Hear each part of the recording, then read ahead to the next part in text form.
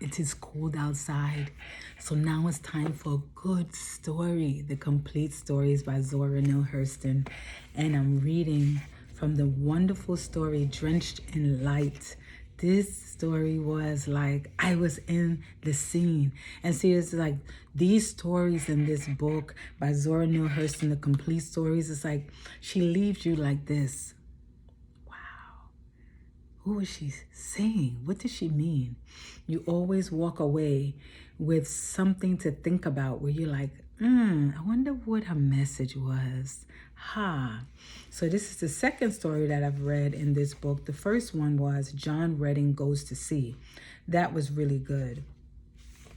So this one is the second story. This is called Drenched in Light. So I'm going to just read. So what happened was, this poor little girl, I felt really bad, right? She was living with her grandmother. You know, a lot of people are raised by their grandparents, right? So she's living with her grandmother, and her grandmother was pretty miserable. Pretty mean. But she was a little busybody, right? So her grandmother is taking a nap. And while her grandmother is napping, she notices the hairs on her chin. "Poor grandma needs a shave," she murmured, and set about it. Just then Joel, next older than Isis, entered with a can of bait. "Come on, Icy, let's. Come on, Icy. Let's we all go fishing. The perch is biting fine in Blue Sink." "Shh," cautioned his sister. "I gotta shave grandma." "Who say so?" Joel asked, surprised. "Nobody don't have to tell me. Look at her chin. No ladies don't wear no whiskers if they can help it. But grandma's getting old and she don't know how to shave like me." The conference adjourned to the back porch lest grandma wake. So they went to the back porch. They didn't want to wake grandma. Icy, you don't know nothing about shaving at all. But a man like me, I do so know. You don't know. I'm going to shave for myself." "No, you won't neither, smarty. I saw her first and thought it all up first," Isis declared, and ran to the calico-covered box on the wall above the wash basin and seized her father's razor. Joel was quick and seized the mug and brush. "Now," Isis cried defiantly, "I got the razor." "Goody, goody, goody, pussycat. I got the brush, and you can't shave without lather, see?" "I know more than you," Joel retorted. Who don't know that?" Isis pretended to scorn, but seeing her progress blocked for lack of lather, she compromised. "I know. Lest we all shave her. You lather, and I shave." This was agreeable to Joel. He made mountains of lather and anointed his own chin, so he put it on himself too, and the chin of Isis and the dog, so he was just having fun. Splashed the walls, and at last was persuaded to lather grandma's chin. Not that he was loath, but he wanted his new plaything to last as long as possible. Isis stood on one side of the chair with the razor clutch cleaver fashion. The niceties of razor handling had passed over her head. The thing with her was to hold the razor, sufficient in itself. Joel splashed on the lather in great gobs, and grandma woke. Oh my God.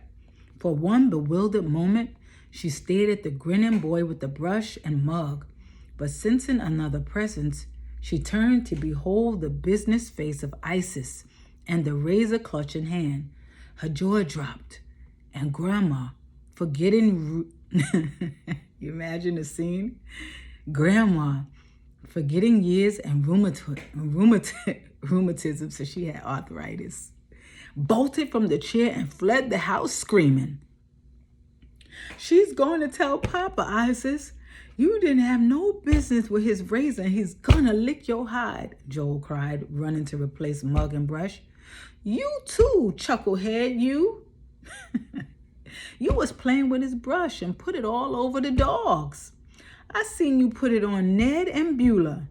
Isis shaved some slivers from the door jamb with the razor and replaced it in the box. Joel took his bait and pole and hurried to Blue Sink. Isis crawled under the house to brood over the whipping she knew would come. She had meant well. But sounding brass and tinkling cymbal drew her forth. The local lodge of the Grand United Order of Odd Fellows, led by a braying, thudding band, was marching in full regalia down the road.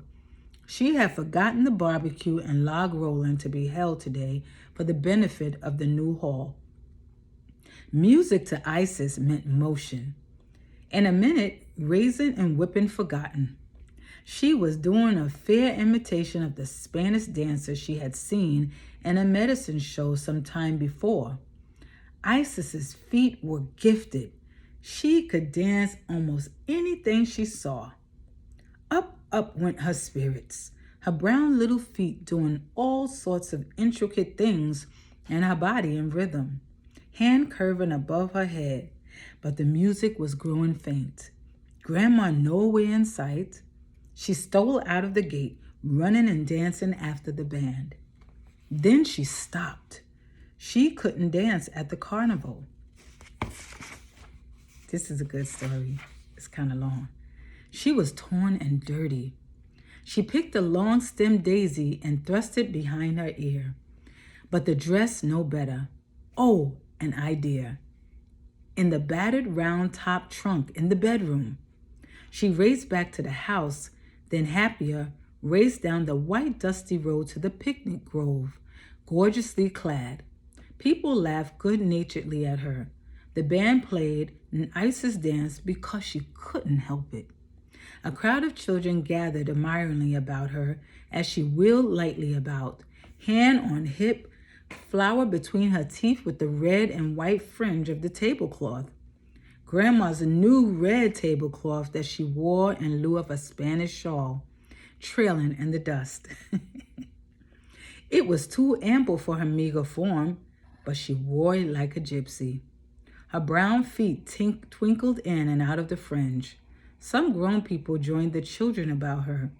The grand exalted ruler rose to speak.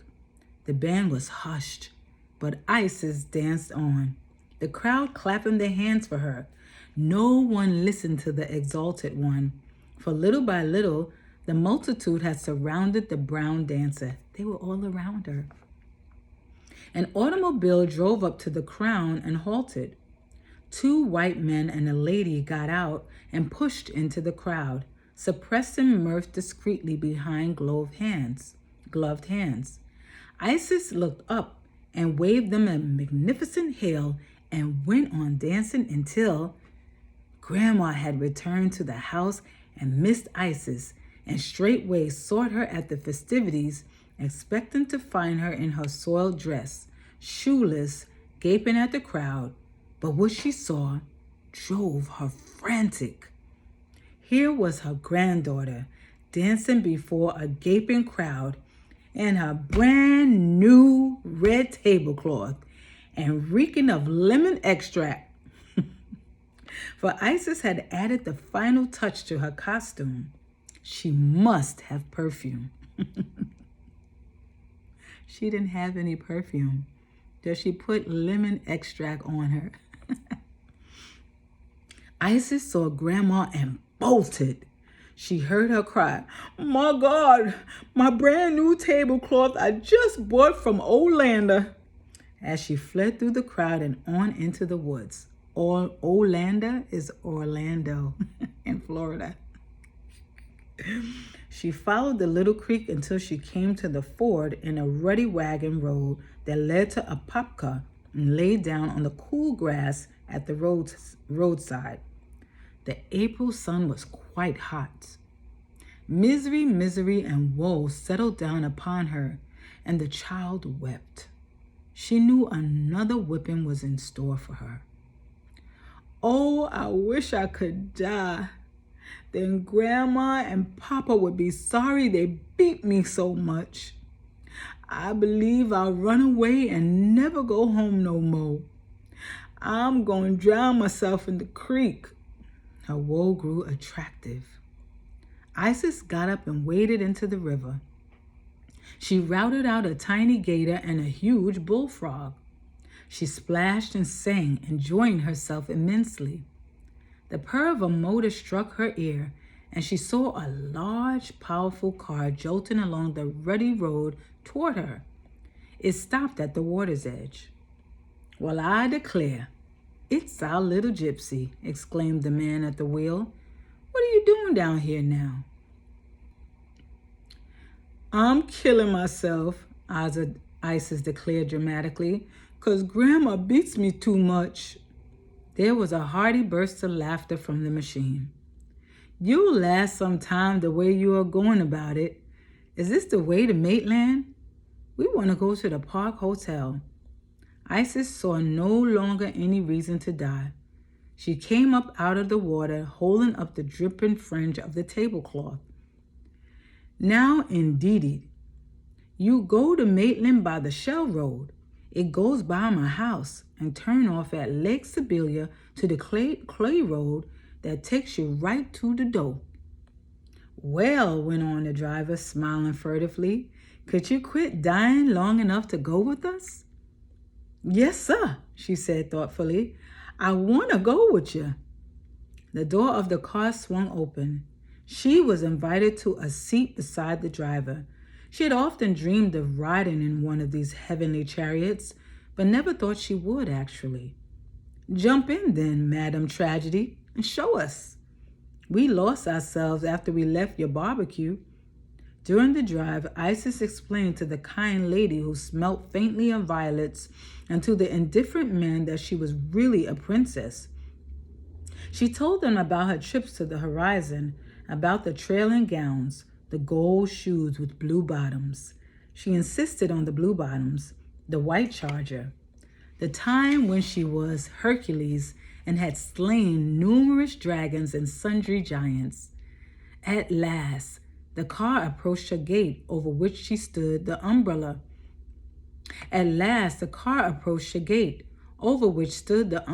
Chinaberry tree.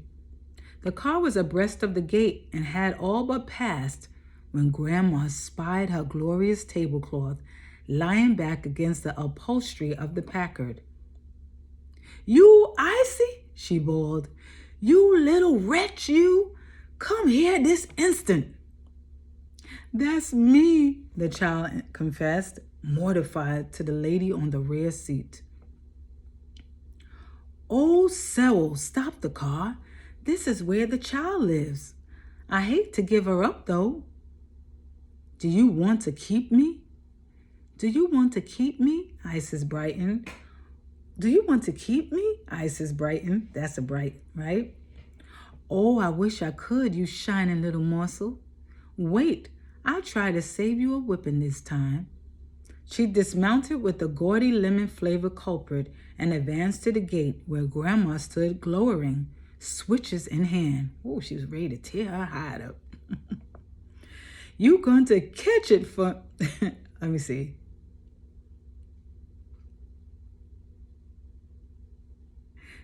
Okay. "You going to catch it from your head to your heels, lady. Just come in here." "Why, good afternoon," she accosted the furious grandparent. You're not going to whip this poor old..." "Why, good afternoon," she accosted the furious grandparent. "You're not going to whip this poor little thing, are you?" the lady asked in conciliatory tones. "Yes, ma'am. She's the worstest little link that ever drawed breath. Just look at my new tablecloth that ain't never been washed. She done traipsed all over the woods, a-dancing and a-prancing in it. She done took a razor to me today, and Lord knows what more." Isis clinged to the white hand fearfully. "I wasn't going to hurt Grandma, miss. I was just going to shave her whiskers for her, 'cause she's old and can't." The white hand closed tightly over the little brown one that was quite soiled. She could understand a voluntary act of love, even though it miscarried. "Now, Miss, I didn't get the name. How much did your tablecloth cost? One whole big silver dollar down at Orlando. Ain't had it a week. Ain't had it a week yet. Now here's $5 to get another one. I think silver dollars was like a dollar. A silver dollar. She gave her $5. The little thing loves, now here's a $5 to get another one. The little thing loves laughter. I wanted to go on to the hotel and dance in that tablecloth for me. I can stand a little light today. Oh, yes'm, Grandma cut in. Everything's all right. Show she can go. Yes'm. The lady went on. I want brightness, and this Isis is joy itself. Why, she's drenched in light. Isis, for the first time in her life, felt herself appreciated and danced up and down in an ecstasy of joy for a minute. Now behave yourself, Icy, over at the hotel with the white folks. Grandma cautioned, pride in her voice, though she strove to hide it. Lord, ma'am, that gal keeps me so fructious. I don't know my head from my feet. I ought to comb her head too before she go with y'all. You know they always gotta be trying to do your hair. No, don't bother. I like her as she is. I don't think she like it either, being combed and scrubbed. Come on, Isis. Feeling that Grandma had been somewhat squelched did not detract from Isis' spirit at all. She pranced over to the waiting motor and this time seated herself on the rear seat between the sweet smiling lady and the rather aloof man in gray. I'm going to stay with you all, she said with a great deal of warmth and snuggled up to her benefactress. Want me to sing a song for you? Dear Helen, you've been adopted, said the man with a short, harsh laugh. Oh, I hope so, Harry. She put her arm around the red-draped figure at her side and drew it close until she felt the warm puffs of the child's breath against her side. She looked hungrily ahead at her and spoke into space rather than to anyone in the car. I want a little of her sunshine to soak into my soul. I need it. Now, you could read into this if you want. It's so many things going on. But I enjoyed this story. You know, I didn't grow up in the South, so the dialect was a little difficult for me, but I did my best. And I hope she likes it. Yeah, I hope she like it. But I got some good stuff out of this story, and I hope you enjoyed it. So it's like, okay, she was running from this grandma. She was just being a little girl having fun. She didn't realize how much this grandmother loved this red tablecloth that she bought in Orlando. Oh my God, but she brought so much delight to this woman, this white woman. And they was in the South, right? And so the woman didn't want her to get whooped. And she paid for the tablecloth probably like 4 times more than she already paid for it. Just so she wouldn't get a whooping. And because the little girl gave her so much delight, she adopted her. And the grandmother was willing to give her away. You could read all kind of things out of this story, but Zora Neale Hurston, nevertheless, is a wonderful writer. Complete Stories by Zora Neale Hurston. I will continue reading and enjoying. The next story is called Spunk. I wonder what this is going to be about.